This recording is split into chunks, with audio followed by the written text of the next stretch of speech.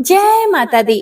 नमस्कार भक्तों, संगीता धर्म सागर चैनल परिवार में आप सभी भक्तों का दिल से स्वागत है। तो आइए सुनते हैं आज शुक्रवार को सुनी जाने वाली अन्नपूर्णा माता और वैभव लक्ष्मी माता की कथा। जय श्री गणेश। एक समय की बात है, काशी निवासी धनंजय की पत्नी का नाम सुलक्षणा था। उसे अन्य सब सुख प्राप्त थे, केवल निर्धनता ही उसके दुख का कारण थी। यह दुख उसे हर समय सताता रहता था।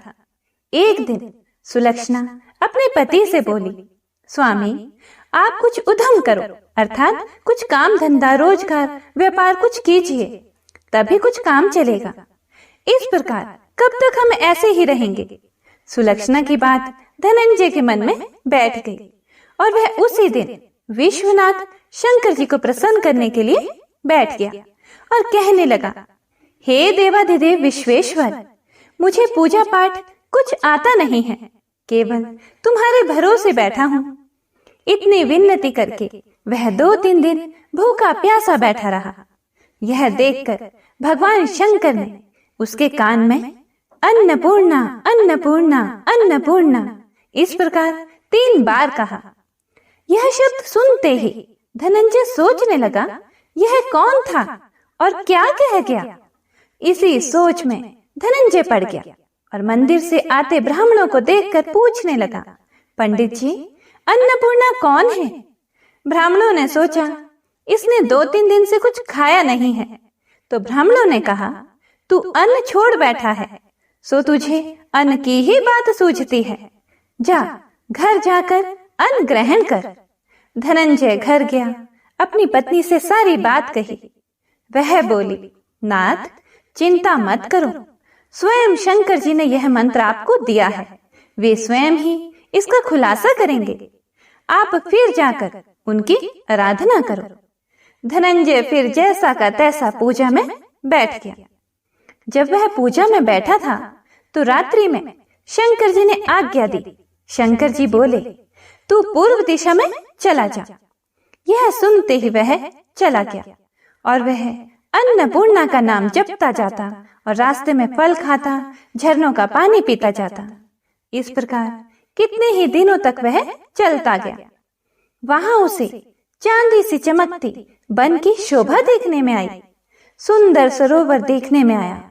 उसके किनारे कितनी ही अप्सराएं झुंड बनाई बैठी थी। वह अप्सराएं एक कथा कहती थी और वह सभी मां अन्नपूर्णा इस प्रकार बार बार कहती थी।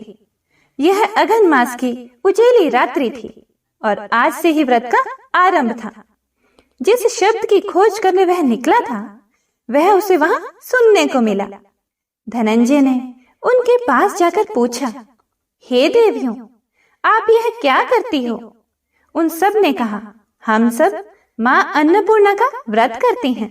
धनंजय ने उनसे पूछा कि ये व्रत कैसे होता है, व्रत करने से क्या होता है, यह आज तक किसी ने किया भी है, इसे कब किया जाए, ये कैसा व्रत है और इस व्रत की विधि कैसी है, मुझसे भी कहो।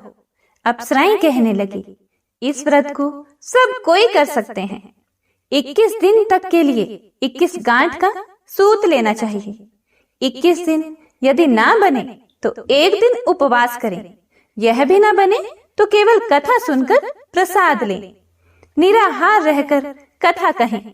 कथा सुनने वाला कोई ना मिले तो पीपल के पत्तों को रख सुपारी या घृत कुमारी को सामने कर, दीपक को साक्षी कर, सूर्य, गाय, तुलसी या महादेव को बिना कथा सुनाए मुख में दाना ना डालें।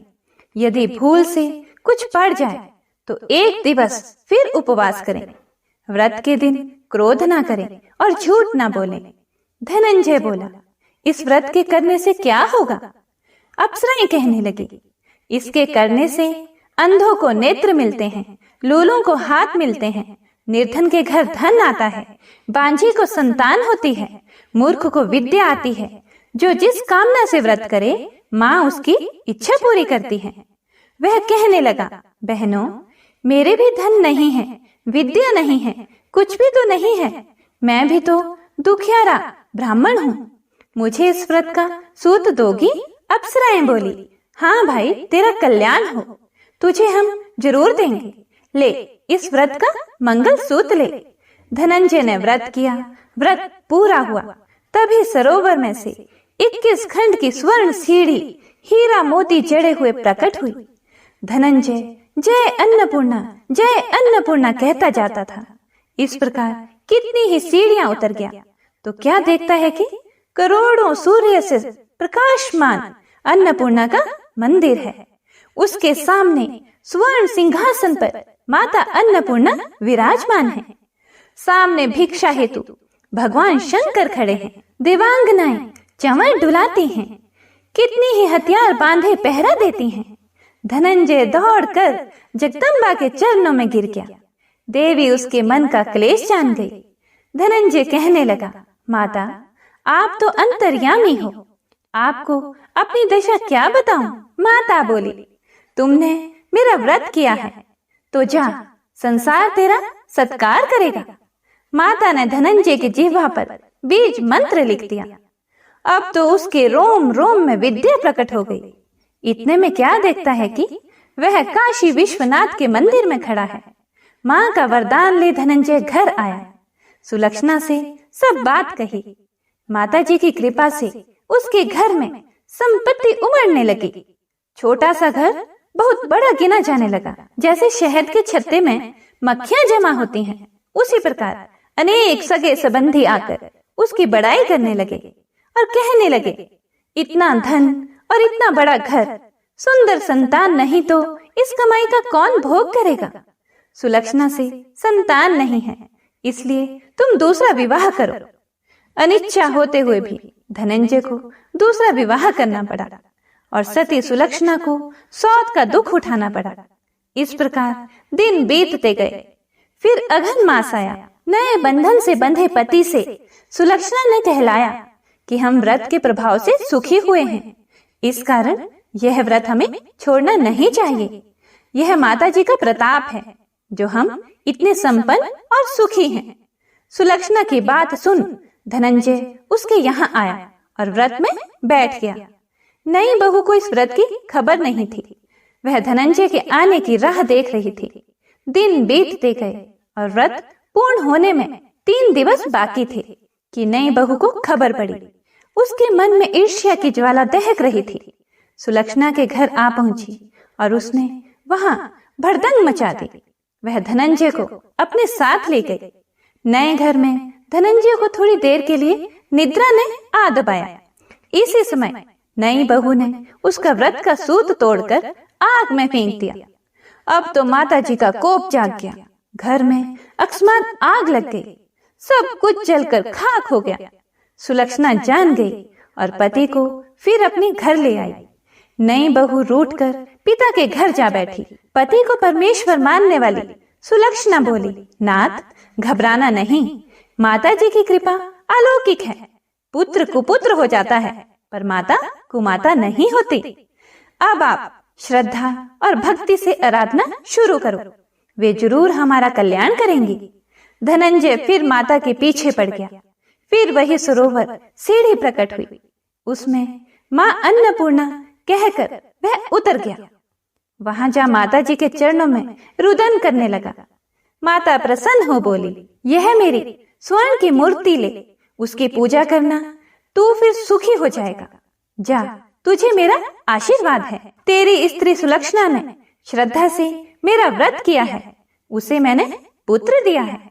धनंजय ने आंखें खोली तो खुद को काशी विश्वनाथ के मंदिर में खड़ा पाया। वहां से फिर उसी प्रकार घर को आया। इधर सुलक्षणा के दिन चढ़े और महीने पूरे होते ही पुत्र का जन्म हुआ। गांव में आश्चर्य की लहर दौड़ गई। मानता आने लगी। इस प्रकार उसी गांव के निसंतान सेठ के पुत्र होने पर उसने माता अन्नपूर्णा का मंदिर बनवा दिया। उसमें माता जी धूमधाम से पधारी, यज्ञ किया और धनंजय को मंदिर के आचार्य का पद दे दिया। जीविका के लिए मंदिर की दक्षिणा और रहने के लिए बड़ा सुंदर सा भवन दिया। धनंजय स्त्री पुत्र सहित वहां रहने लगा। माता जी के चढ़ावे में भरपूर आमदनी होने लगी और उधर नई बहू के पिता के घर डाका पड़ा। सब लूट गया। वे भीख मांगकर पेट भरने लगे। जब सुलक्षणा ने यह सुना तो उन्हें बुलावा भेजा, अलग घर में रख लिया और उनके अन्न वस्त्र का प्रबंध कर दिया। धनंजय, सुलक्षणा और उसका पुत्र माताजी की कृपा से आनंद से रहने लगे। माताजी ने जैसे इनके भंडार भरे वैसे सबके भंडार भरे। कथा को सुनने वाले, कथा को सुनाने वाले और हुंकारा भरने वाले सभी के भंडार भरना।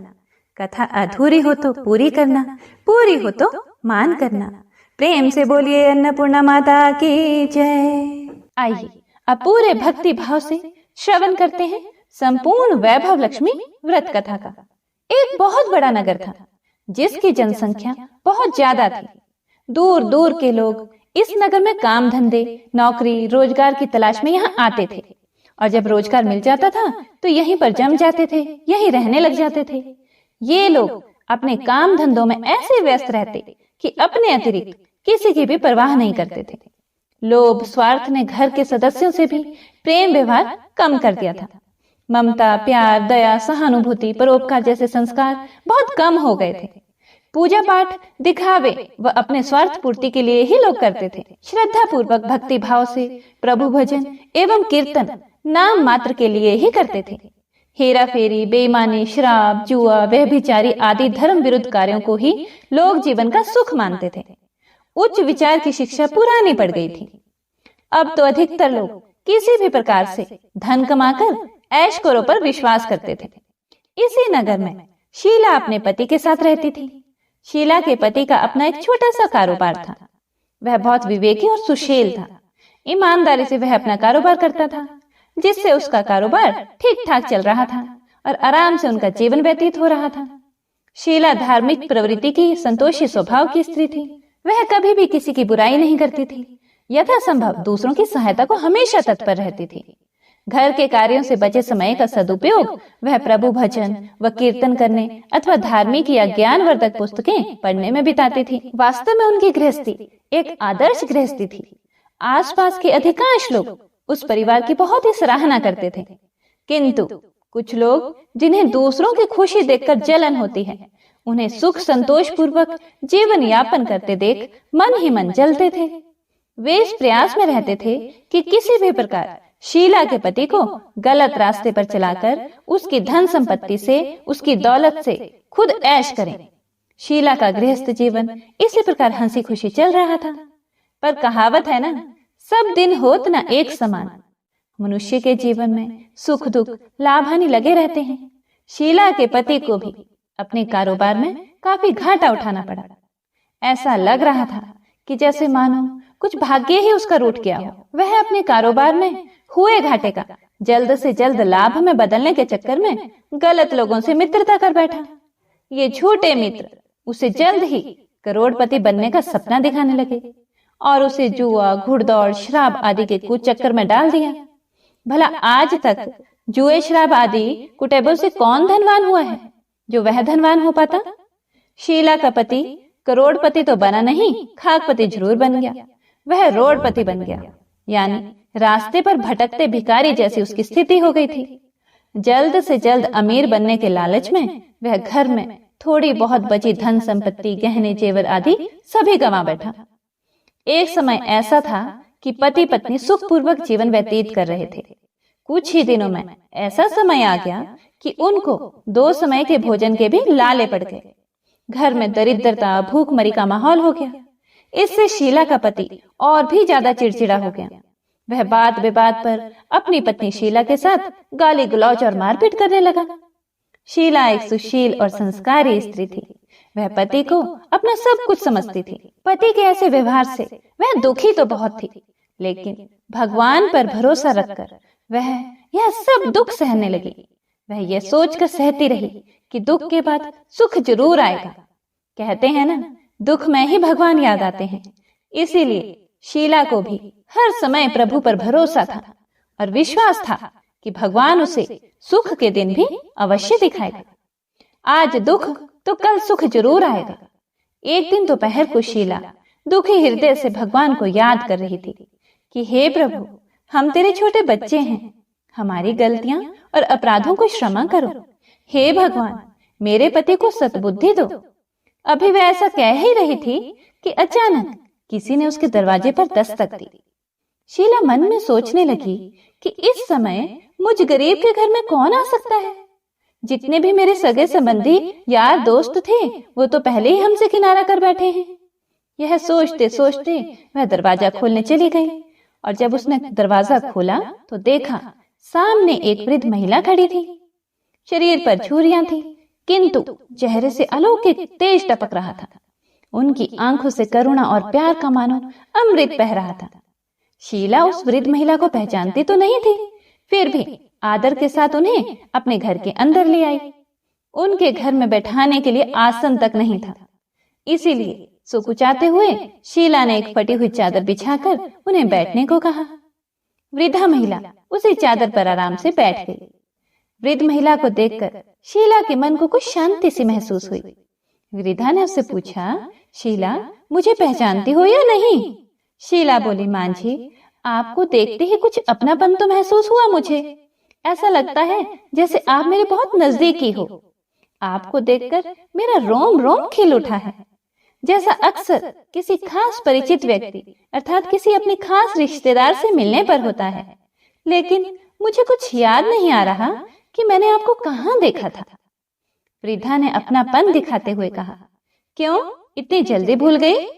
अभी कुछ दिन पहले ही तो लक्ष्मी जी के मंदिर में आई थी और मंदिर में आकर शुक्रवार को भजन कीर्तन किया था तुमने। मैं भी उसमें जाया करती थी।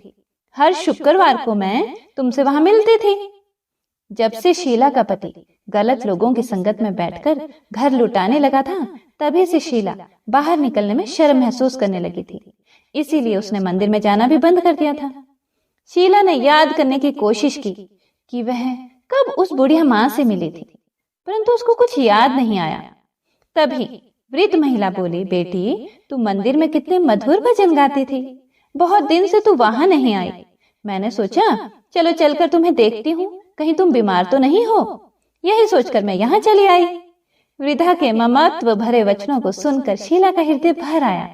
उसने अपने आंसू रोकने की कोशिश की, परंतु वह असफल रही और फूट फूट कर रोने लगी। यह देखकर वह बुढ़िया माँ उसके पास आई और उसके सिर पर प्यार भरा हाथ फेरकर उसे सांत्वना देने लगी। वृद्ध महिला बोली, बेटी जीवन में सुख और दुख तो आते ही रहते हैं। हमेशा सुख या हमेशा दुख कभी किसी पर नहीं रहता, अतः दुखों से घबराना नहीं चाहिए। शीला बोली, मां जी मैं थोड़े दुख में कभी नहीं घबराई, किंतु अब सहा नहीं जाता।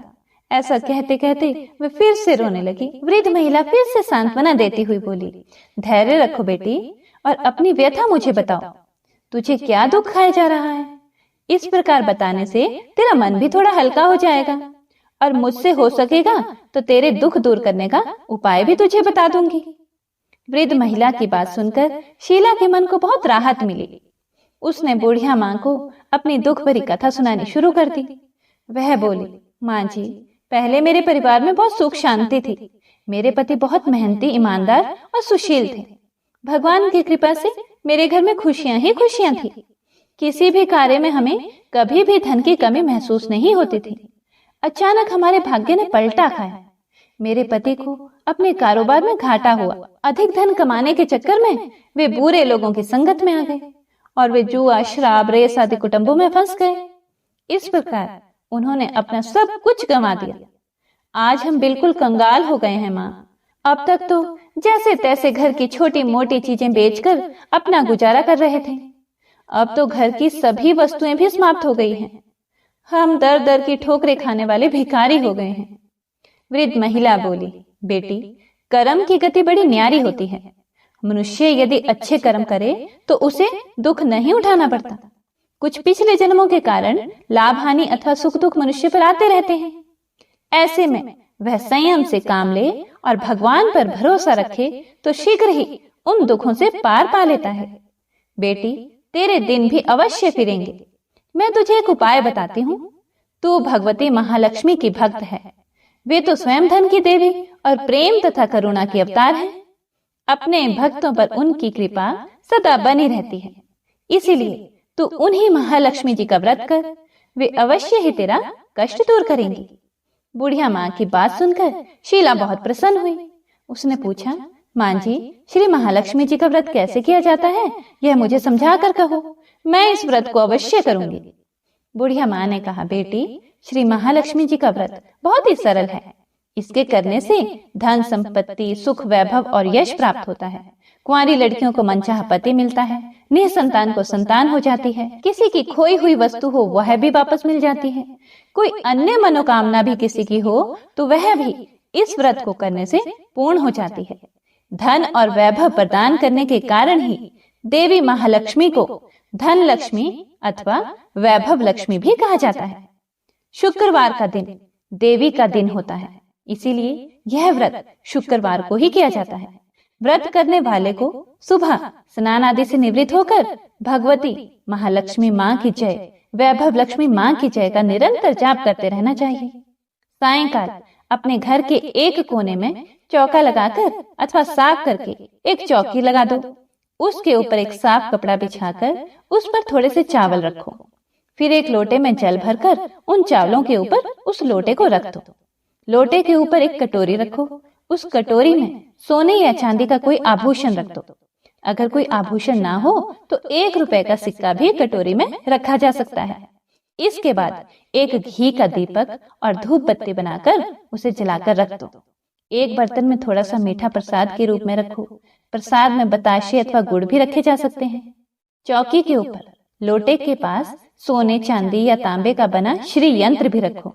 यदि धातु का श्री यंत्र घर में ना हो तो कागज पर छपे श्री यंत्र को भी रखा जा सकता है। भगवती लक्ष्मी माँ को श्री यंत्र अत्यधिक प्रिय है। पूजा करने और कथा कहने के लिए चौकी के पास पूर्व दिशा की ओर मुंह करके बैठो। सबसे पहले श्री यंत्र को हाथ जोड़कर श्रद्धा पूर्वक नमस्कार करो। फिर वैभव लक्ष्मी के ध्यान मंत्र को पढ़कर भगवती महालक्ष्मी जी की स्तुति करो। जिन्हें संस्कृत में भी ध्यान व मंत्र कहने में कठिनाई हो वे सरल भाषा में भी ध्यान व स्तुति कर सकते हैं। जैसा कि हमने ऊपर आपको कथा शुरू करने से पहले स्तुति सुनाई है, आप वैसे भी हिंदी में स्तुति कर सकते हैं। भगवती महालक्ष्मी दिखावे की नहीं बल्कि भाव की भूखी हैं। इसके बाद कटोरी में रखे आभूषण या रुपए पर हल्दी, कुमकुम और चावल चढ़ा दो। फिर दोनों हाथों से लाल रंग के पुष्प अर्पित कर प्रसाद का भोग लगाएं और धूप व दीप दिखाओ। पुनः लक्ष्मी जी का स्तुति करके लक्ष्मी महिमा गाओ और आरती उतारो।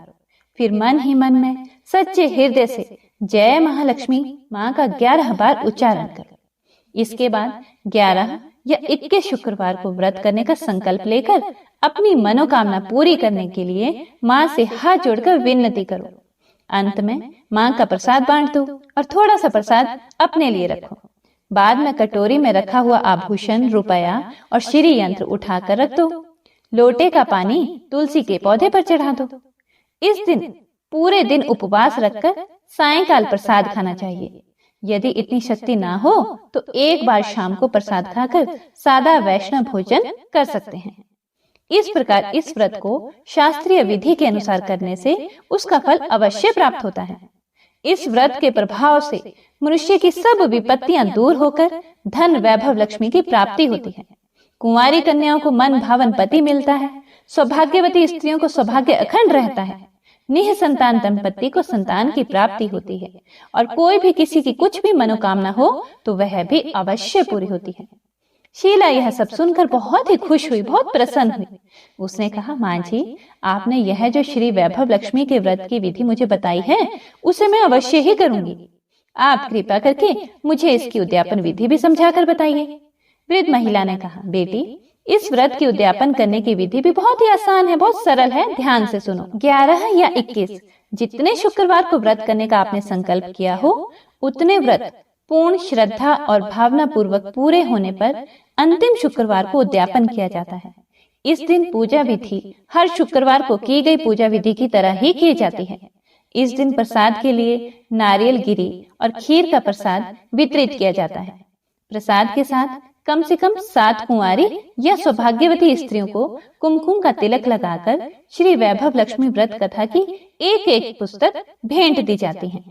अंत में फिर भगवती श्री महालक्ष्मी के विभिन्न स्वरूपों को श्रद्धा पूर्वक हाथ जोड़कर नमस्कार करो और मन ही मन माँ से प्रार्थना करो कि हे महालक्ष्मी माँ, हे धन लक्ष्मी माँ, हे वैभव लक्ष्मी माँ, मैंने सच्चे मन से आपका व्रत पूर्ण किया है। फिर भी मुझसे कोई गलती या अपराध हुआ हो उसे क्षमा करना, और हमारी अर्थात जो भी आपकी मनोकामना हो उसे कहें कि हे माँ, हमारी मनोकामना को पूर्ण करना, हमारा सबका कल्याण करना, हमारी विपत्तियों को दूर करके हमें धन वैभव प्रदान करना।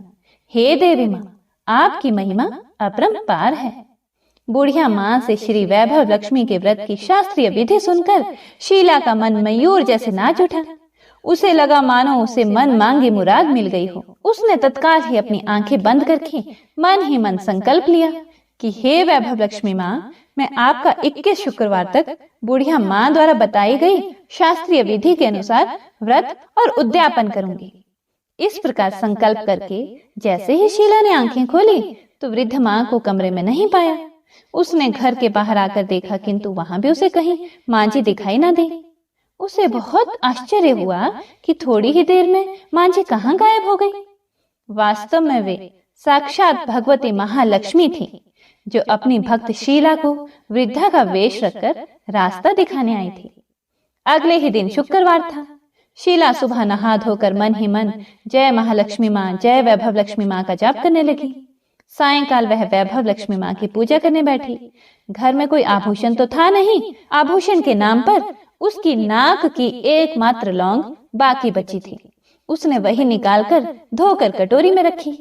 घर में थोड़ी शक्कर रखी थी, उसका प्रसाद बनाया और फिर बुढ़िया माँ के द्वारा बताई गई विधि के द्वारा वैभव लक्ष्मी माता का पूजन किया। पूजन के पश्चात उसने प्रसाद अपने पति तथा अन्य लोगों को वितरित किया। अंत में स्वयं ग्रहण किया। श्री वैभव लक्ष्मी माँ का प्रसाद खाते ही शीला के पति के स्वभाव में परिवर्तन आने लगा। उसके पति का चिड़चिड़ापन भी कम होने लगा और उसका मन कुटैबों से दूर होकर कारोबार जो पहले बिल्कुल ठप हो गया था फिर से जमने लगा। 21वें शुक्रवार को शीला ने बुढ़िया माँ द्वारा बताई शास्त्रीय विधि के अनुसार उद्यापन किया और 11 स्त्रियों को श्री वैभव लक्ष्मी व्रत की पुस्तकें भेंट में दी। फिर भगवती महालक्ष्मी के वैभव लक्ष्मी स्वरूप को मन ही मन प्रणाम कर प्रार्थना की कि हे वैभव लक्ष्मी माँ, मैंने आपके व्रत की जो मनौती मानी थी वह आज पूर्ण हुई है। हे माँ, हमारे संकटों को दूर कर हमारा कल्याण करो। जाने अनजाने में यदि कोई हमसे अपराध हुआ हो उसे क्षमा करना माँ। हमें धन संपत्ति और वैभव प्रदान करना, हमें सद्बुद्धि देना। हे माँ, आपकी महिमा अपरंपार है, आपकी सदा जय हो। इस प्रकार व्रत संपूर्ण होने के बाद कुछ ही दिनों में शीला के पति के कारोबार में अच्छा लाभ होने लगा। उसने शीला को उसके जेवर वापस दिला दिए और घर में पहली जैसी सुख शांति आ गई। श्री वैभव लक्ष्मी माँ के प्रताप को देखकर अन्य बहुत सी औरतों ने भी उनका विधि पूर्वक व्रत किया और मन भावन फल प्राप्त किया। हे महालक्ष्मी माँ, हे वैभव लक्ष्मी माँ, जैसे आपने शीला पर कृपा की ऐसे ही अपने अन्य भक्तों पर भी कृपा करना। हे माँ, कथा को सुनने वाले, सुनाने वाले और हुंकारा भरने वाले सभी पर अपनी कृपा बनाए रखना। बोलो श्री वैभव लक्ष्मी माता की जय। हे प्रिय भक्तों, तो आज की कथा यहीं पर समाप्त होती है। कथा पसंद आई हो तो लाइक करके कमेंट बॉक्स में जय माता दी जरूर लिखिएगा। माता रानी आप सभी भक्तों की मनोकामनाओं को पूर्ण करें, ऐसी हम मंगल कामना करते हैं। सभी भक्तजन एक बार प्रेम से बोलिए अन्नपूर्णा माता और वैभव लक्ष्मी माता की जय।